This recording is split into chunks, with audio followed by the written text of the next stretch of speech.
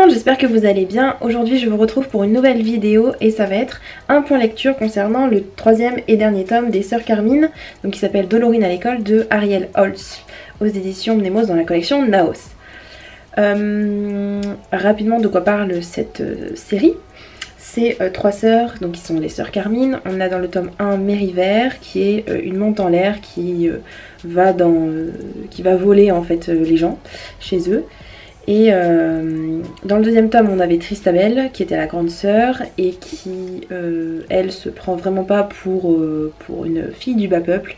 Elle sent qu'elle a quelque chose d'important, que voilà, dans son sang il y a quelque chose qui fait que elle doit pas être dans la basse ville, elle doit être dans la haute ville avec les aristocrates. Dans ce troisième tome du coup on suit la petite sœur qui s'appelle Dolorine qui a 8-10 ans, je sais pas exactement si on le dit dans le roman.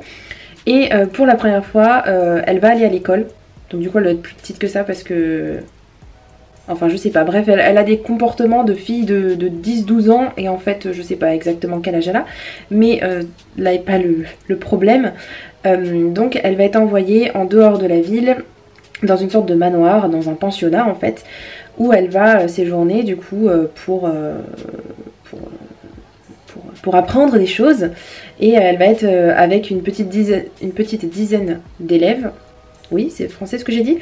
Et elle va rencontrer Miss Elisabeth qui va être leur professeur. Forcément il va se passer plein de choses. C'est une série qui est assez noire. Ce tome-ci est un peu moins noir que les autres, même si il y a tout un côté fantastique qui est beaucoup plus présent en fait dans celui-ci que les deux premiers. Parce que Dolorine elle a la capacité de parler avec les esprits, de parler avec les fantômes. Et bizarrement dans ce pensionnat il n'y a pas de fantôme, elle entend aucune voix. Donc elle se pose des questions. Et... il y a une sorte de... Je sais pas si j'ai envie de vous dire beaucoup de choses par rapport à ce tome là. Il y a beaucoup de choses très intéressantes qui s'y passent et voilà, on va de surprise en surprise. J'avais pas lu la 4ème de couverture, je savais pas du tout ce qui allait se passer dans ce tome-ci. Mais voilà, j'ai vraiment passé un super moment. Dolorine est une petite fille qui est très intelligente, qui est très naïve aussi et on voit qu'elle est très jeune parce que justement elle se fait des réflexions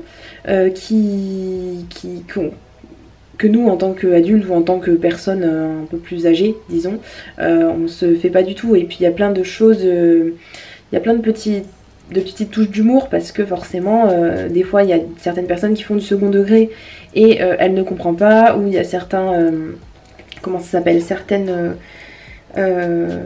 expressions qu'elle ne comprend pas non plus. À côté de ça elle se laisse pas faire. Les autres enfants qui sont au pensionnat ils sont là depuis assez longtemps et ils connaissent bien comment ça marche et ils sont pas vraiment très gentils avec elle à certains moments, mais c'est pas le principal centre de l'histoire hein. En fait il se passe vraiment beaucoup de choses et voilà, mon but c'est pas de vous expliquer tout ce qui se passe, mais voilà, c'est des choses qui sont à la limite du fantastique. De toute façon dans cette ville là, dans ce monde là, on n'est pas franchement dans quelque chose de normal hein, parce qu'il y a des personnes qui sont des rapiécés on appelle, et qui sont du coup des sortes de zombies si on veut, qui n'ont pas franchement d'âme propre et qui sont un peu des esclaves pour les gens de cette ville là.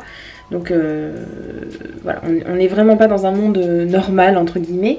Tout au long de la série en fait on voyait la peluche de Dolorine qui est Monsieur Nix, donc qui on voit sur la couverture là. Et en fait c'est un des personnages on va dire centraux de ce troisième tome. On revoit aussi les personnages du premier et du deuxième tome, donc Mériver et Tristabel. Moi j'ai passé un super moment. C'est vraiment des livres qui sont assez courts hein. Il fait même pas 300 pages et pourtant il se passe plein de choses.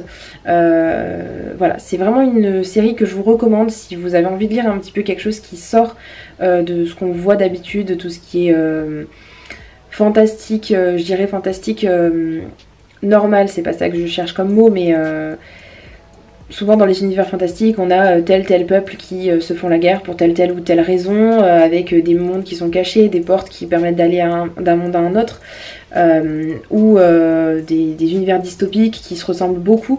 Là je trouve que dans cette série c'est pas du tout le cas, c'est quelque chose qui est vraiment enfin quelque chose que j'ai jamais lu quoi, quelque chose que j'ai jamais vu, et voilà, j'ai vraiment adoré.